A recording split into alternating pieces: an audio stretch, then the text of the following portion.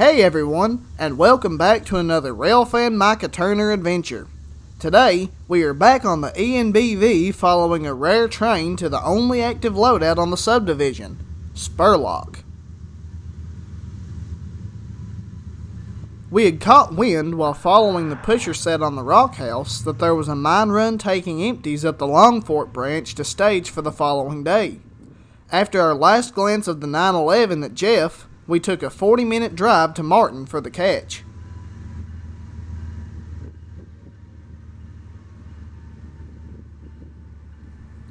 Though the crew had ventured up the branch nearly an hour prior, we arrived to find the train at a standstill.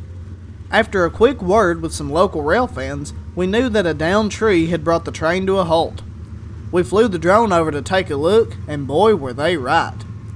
In our region, this happens quite frequently and typically when a storm rolls through.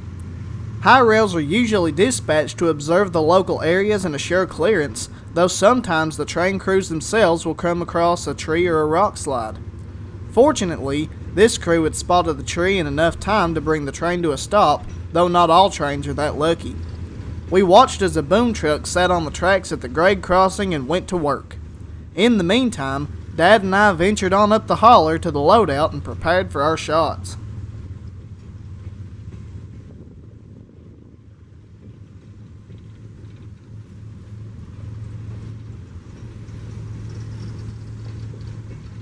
Today's train has brought export tubs for Newport News, Virginia, and sports CSX 1827 in the power consist. 1827 was the first official heritage unit for the system and is one of the 21 in the series. It sports the paint scheme of the Baltimore and Ohio Railroad and has been in service for over a year now.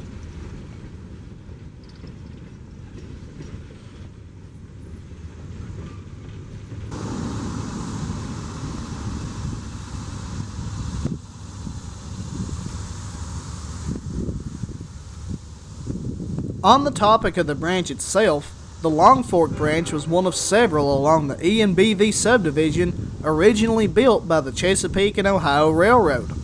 There's been a lot of coal brought off of this branch, and though now that the bulk of the branch is out of service, the spur to Spurlock still brings a little glimmer of life to the area.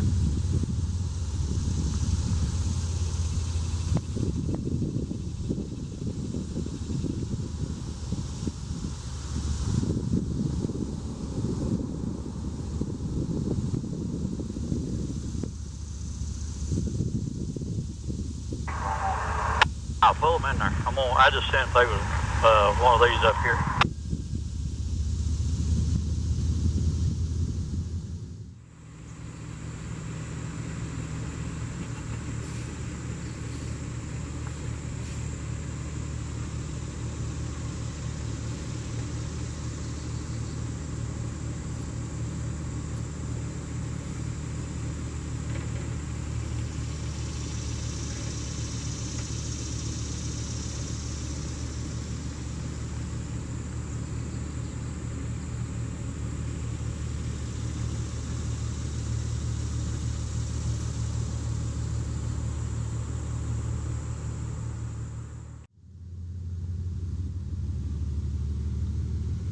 Once the maintenance crew had the tree cleared, the mine run, running under the symbol R279 out of Shelbyana, could finally make its way on up the branch, and we had set up on a hill near the loadout to catch the arrival.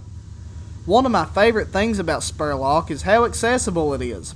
The loadout and rails parallel the highway, making for some fantastic shots.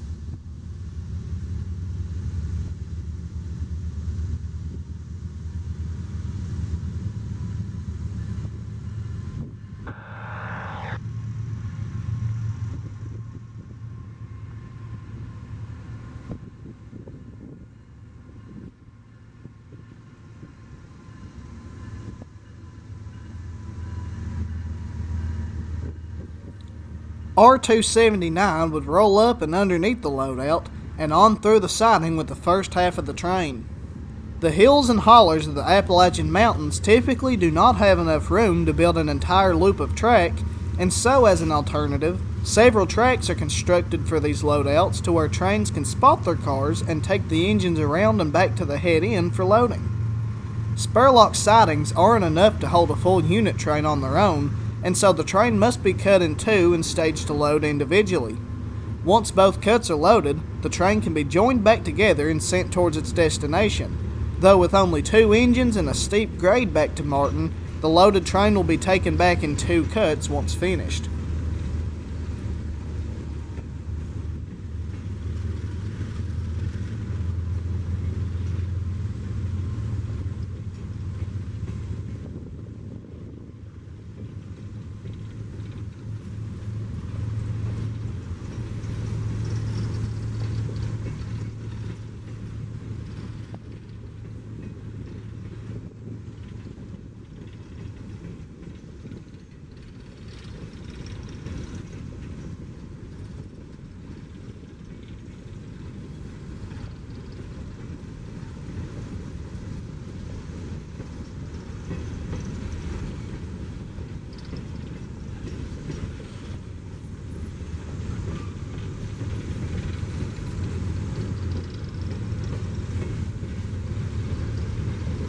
For the sake of time, some clips are sped up to give you an idea of the complete process.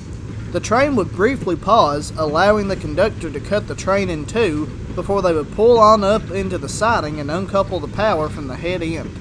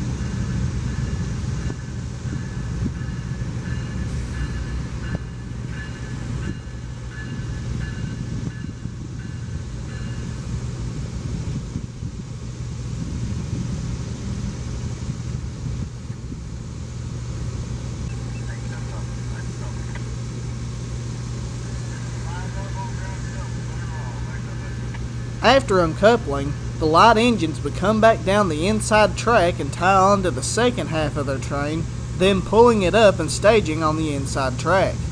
We get a good look at the B&O unit here.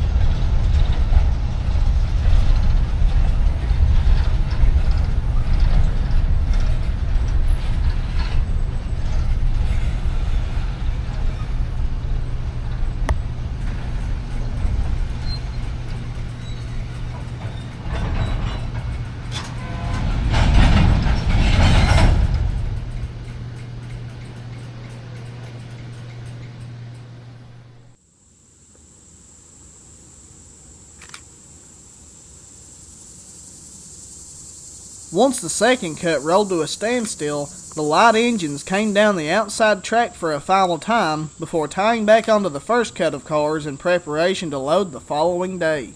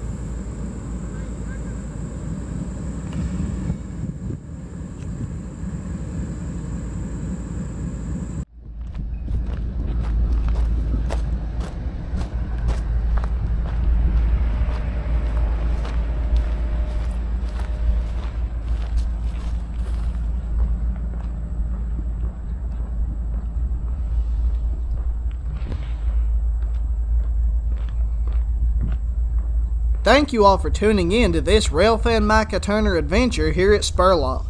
I hope you've enjoyed this rare glimpse into operations here, and I hope you'll join me for another adventure in the near future. Until next time, from the coalfields, this is RailfanMicahTurner. God bless y'all.